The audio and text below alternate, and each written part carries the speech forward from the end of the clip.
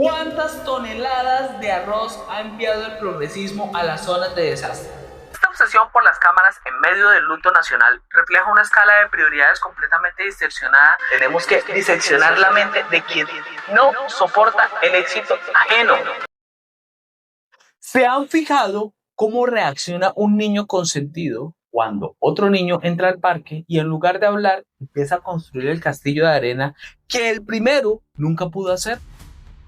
No propone, no ayuda, no trae un balde de agua, patalea, tira tierra, grita y exija que todos los reflexores vuelvan a enfocarse en su berrinche. Esto es sentido común y libertad, señores, y hoy vamos a quitar la máscara a la desfachatez más grande que ha presenciado Colombia en medio de esta tragedia nacional. La incapacidad de un político derrotado de soportar que alguien sí esté dando resultados.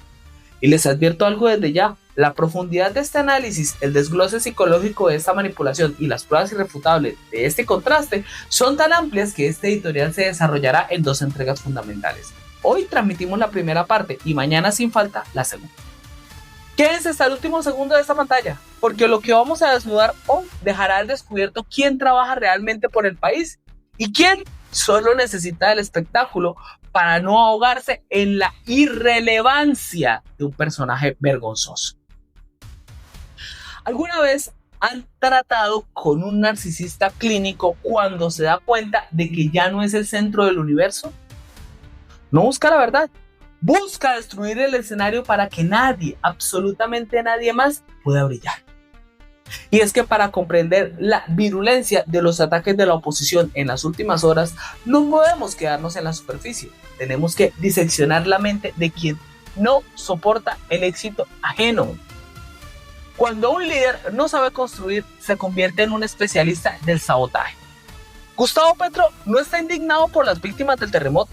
Está desesperado porque Abelardo de la Espriella demostró en días la capacidad de gestión pública que él no pudo articular en 4 años de gobierno. Y esa es la diferencia entre la retórica hueca y la acción pragmática de un demócrata. Esta incapacidad patológica para aceptar los hechos ya ha sido documentada por los grandes referentes del pensamiento conservador. Como escribió magistralmente el pensador Thomas Sowell en su obra Conocimiento y Decisiones, la retórica no es un sustituto de la realidad, pero para el intelectual de izquierda la realidad es la que está equivocada cuando no se ajusta a su teoría. Petro simplemente no soporta ver a Abelardo de la Espriella al frente de los puestos de mando unificado, coordinando a la fuerza pública, activando el crédito internacional y solucionando la emergencia. Para la mente de un dogmático, que la empresa privada y la autoridad funcionen es una ofensa personal, porque ellos creen que sus cuentos y sus historias son las únicas que hacen mella en la realidad. ¿De verdad alguien cree que pedir 20 minutos en cadena nacional de televisión en plena fase de rescate es un acto de patriotismo? Por favor, eso no es control político, es síndrome de abstinencia mediática. Esta obsesión por las cámaras en medio del luto nacional refleja una escala de prioridades completamente distorsionada que debemos denunciar con claridad. Exigir la televisión nacional en medio de la remoción de escombros no es defender la democracia, es exigir minutos de fama a costa del dolor ajeno. Mientras el gobierno nacional gestiona créditos con el Banco Mundial para reconstruir viviendas, pues la oposición exige micrófonos para dar discursos. La izquierda no quiere reconstruir cosas, quiere reconstruir su capital político destruido por su propia ineptitud. Y es precisamente esa inclinación destructiva la que distingue al agitador del verdadero hombre de Estado. El uso del estatuto de la oposición para pedir pantalla cuando el país necesita camiones de comida y maquinaria pesada revela la verdadera ética del progresismo. Roger Scruton, el influyente filósofo conservador británico, explicaba en su libro Cómo ser conservador que para la izquierda radical el trabajo de destrucción es rápido, fácil y estimulante. El trabajo de creación es lento, laborioso y aburrido. Criticar un crédito internacional de $200 millones desde la comodidad de un sofá, pues es fácil. Lo difícil es sentarse a negociar la liquidez de un país destruido por un sismo. Es muy fácil hablar cuando no tienes la necesidad del sismo. Hagamos un ejercicio de simple sentido común. ¿Cuántas toneladas de arroz ha enviado el progresismo a las zonas de desastre? Que alguien me diga, que un solo progresista me dé números. ¿Cuántas carpas han levantado con sus propios recursos? Porque detrás de los grandes discursos de solidaridad humana con los que llenan las redes sociales, los números fríos nos muestran la verdad desnuda, y es que no les interesa el pueblo. Es ridículamente fácil señalar con el dedo cuando no se ha movido un solo gramo de ayuda humanitaria. El progresismo en Colombia es especialista en enviar mensajes de solidaridad por redes sociales, pero incapaz de enviar un solo camión de suministros a cualquiera de las zonas afectadas. Se autodenominan los defensores del pueblo, pero a la hora de la verdad, el pueblo solo recibe de ellos retórica y descalificaciones hacia quien sí trabaja por el pueblo. Y cuando confrontamos esa retórica con las cifras reales del despliegue en terreno, la mentira cae por su propio peso. La realidad duele, pero los hechos son tercos. Mientras las alcaldías, los gremios privados y el gobierno de Abelardo de la Espriella articulan la movilización de más de 1.000 toneladas de insumos, ¿cuál es el reporte de la bancada de oposición? Cero. Ni una sola cifra oficial de tonelaje. Un par de fotos para las redes sociales, declaraciones rimbombantes y promesas de donar un porcentaje de salario que ni siquiera resuelve la logística de un solo municipio.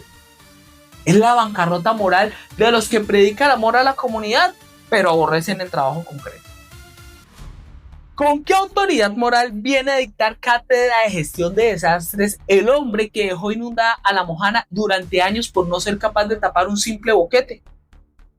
Basta con abrir los archivos del pasado reciente para entender que la incompetencia que hoy intentan proyectar en otros fue su propia marca de gobierno.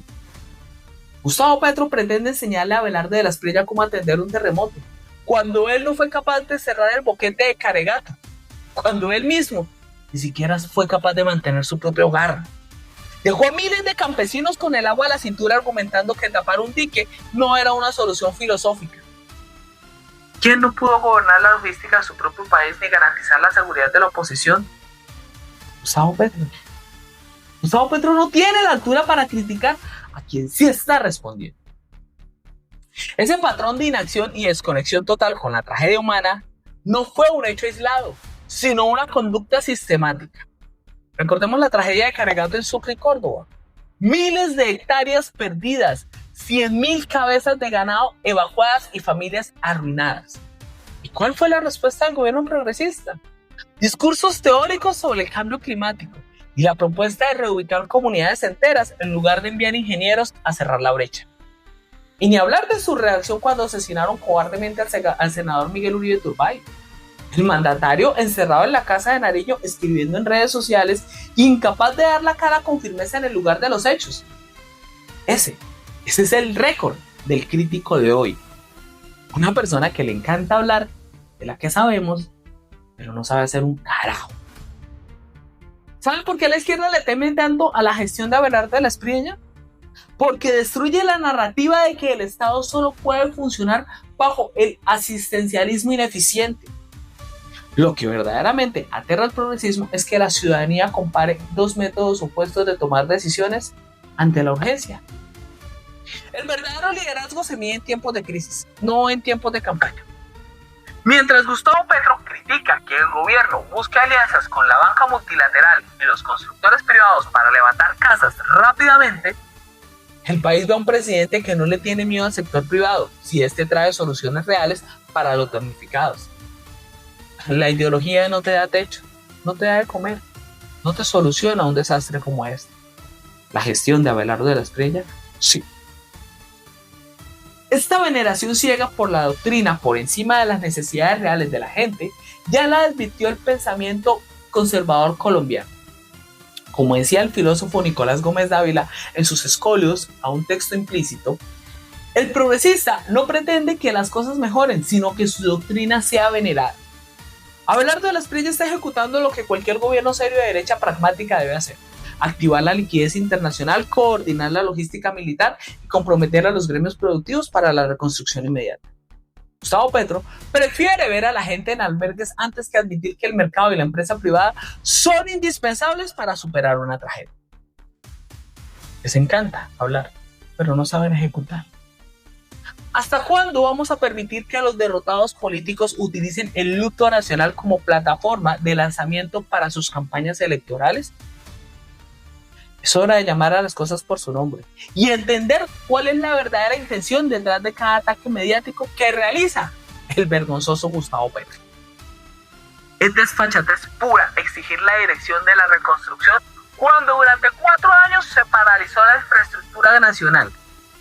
Gustavo Petro no está defendiendo a los damnificados, está defendiendo su propio ego. Colombia ya conoció la diferencia entre un charlatán de balcón y un ejecutivo que da resultados. No caigamos de nuevo en la trampa del espectáculo vergonzoso del progresismo que únicamente quiere llamar la atención en medio del desastre. Esta confrontación marca una bisagra histórica en la manera en que los colombianos evaluamos el poder. El país está presenciando el choque definitivo entre dos visiones del mundo. La visión del resentimiento, que necesita el desastre para justificar su existencia, y la visión del orden y la libertad, que toma las riendas del Estado para establecer la normalidad con autoridad y sobre todo con eficiencia. Hemos demostrado la primera gran mentira, la idea de que la crítica de Petro es una fiscalización legítima.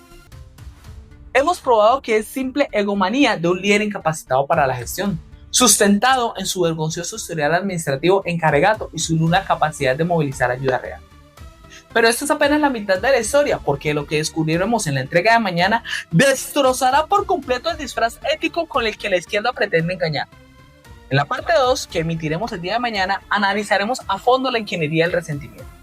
Cómo la izquierda utiliza tácticas de manipulación psicológica para dinamitar la confianza en las instituciones durante emergencia, citando las reflexiones de Alexis de Tocqueville y Thomas Sowell.